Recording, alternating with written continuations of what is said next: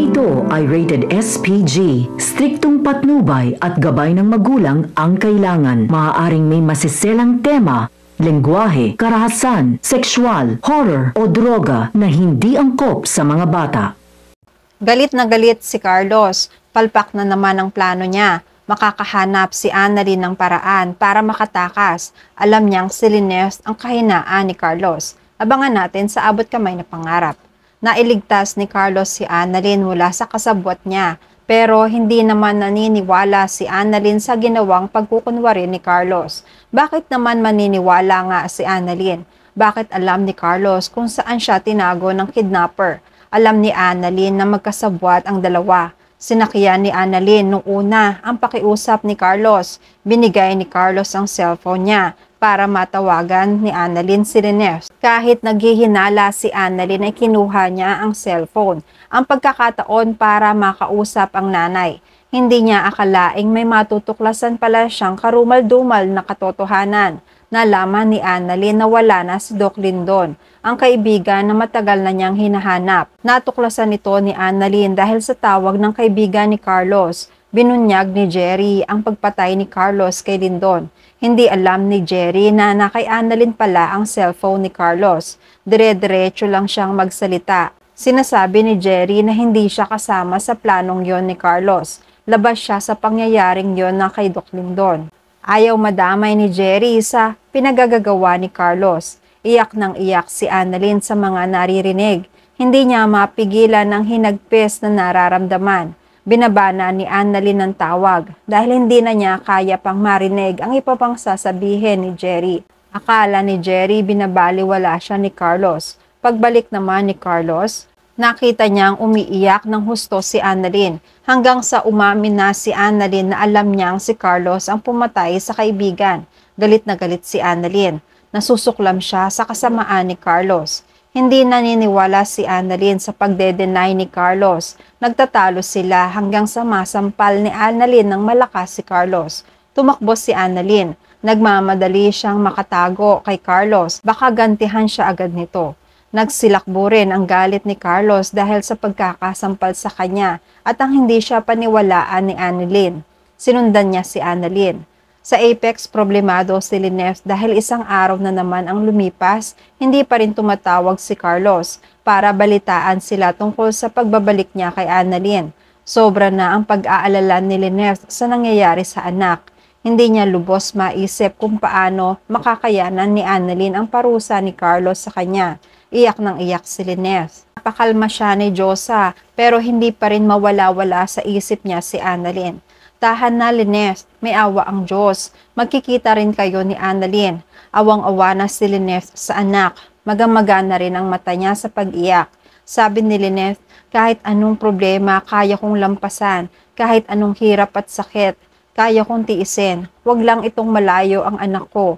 Hindi ko alam kung okay ba siya. Nasa kamay siya ngayon ng kidnapper. Sa palagay mo, Josa, mapapakalma ako? Napakasakit. Ang hirap-hirap. Galit na galit ako kay Carlos. Bakit hindi pa rin siya tumatawag hanggang ngayon para malaman ko kung ano na ang kalagayan ni Annalyn? Hinihimas ni Josa ang likod ni Lineth para patahanin sa pag-iyak. Maya-maya ay dumating si Nurse Ivan at Nurse Karen. Naglakas loob silang ayain si Lineth na kumain para kahit paano maibsan ng kaunti ang kalungkutan. Tita Lineth, may balita na po ba kayo kay Annalyn? Umiiling si Lineth. Pinapalakas nila ang loob ni Lineth. Huwag po kayong mag-alala. Sigurado po kami, ligtas si Annalyn. Malakas po siya. Hindi po siya nagpapatalo sa buhay. Kilala ko po siyang hindi pinanghihinaan ng loob. Tara na po, mag-lunch po muna tayo. Sigurado po matutuwa si Annalyn kung malakas po kayo at malusog. Para pagbalik niya po dito, masaya at malusog kayong sasalubong sa kanya. Pinilit ni Lineth ng ngumiti. Tapos hinanap niya si RJ sa dalawang nurse. Pero nagsabi ang nurse, busy-busy rin po si Doc RJ. Marami ring pasyente ang dumating sa ER. Plus nakikipag-ugnayan pa rin siya sa mga pulis para makahanap na po kayo ng lead tungkol sa pagkawala ni Annalyn. Nagpapasalamat si Lineth sa kanila at hinanap si Doc RJ. Sang-ayon si Josa. Sabi niya, baka hanggang ngayon hindi pa rin kumakain yun. Nag-aalala naman si Lineth kay RJ. Palagi ako nakapokus sa sarili ko at kay Annalyn. Hindi ko na naisip si RJ. Alam naman natin na apektado rin siya. Parang ang damot ko rin sa kanya. Naaawa naman ako. Napabayaan ko na rin siya. Hinanap ni Lynette si RJ. Sabi ng nurse, nasa opisina pa si RJ. Kaya doon na dumiretso si Lynette. Ang hindi alam ni Lynette, si Morgana ang kasama nito sa opisina ni RJ. Nanamantala si Morgana kay RJ. Noong una, kunwari ay concern si Morgana sa pagkawala ni Annalyn. Kinamusta ni Morgana si Annalyn kay RJ kung may lead na ba sila. Nagalit si RJ. Wala ka nang pakialam sa problema namin. Pwede ba umalis ka na? Ayaw naman magpapigil ni Morgana. May alam ako para gumaan pansamantala ang stress na nararamdaman mo. Stress nga si RJ. Nakatingin lang siya kay Morgana. Umalis ka na. Ako na ang bahala sa stress na to. Hindi ko kailangan ng tulong mo. Umira lang pagiging makulit ni Morgana. Tumayo siya at nagpunta sa likuran ni RJ. Nagsimula ng masahiin si RJ. Alam kong paborito mo ang hinahagod ka sa likod. Naikwento sa akin yan ng kapatid ko. Ayaw ni RJ pero hinayaan naman niya sandali na hawakan siya ni Morgana. Hanggang sa inabutan sila ni Lynette. Nagulat si Lynette sa nakita. Napatayo si RJ. Nabigla rin siya dahil nahuli sila sa akto ni Morgana.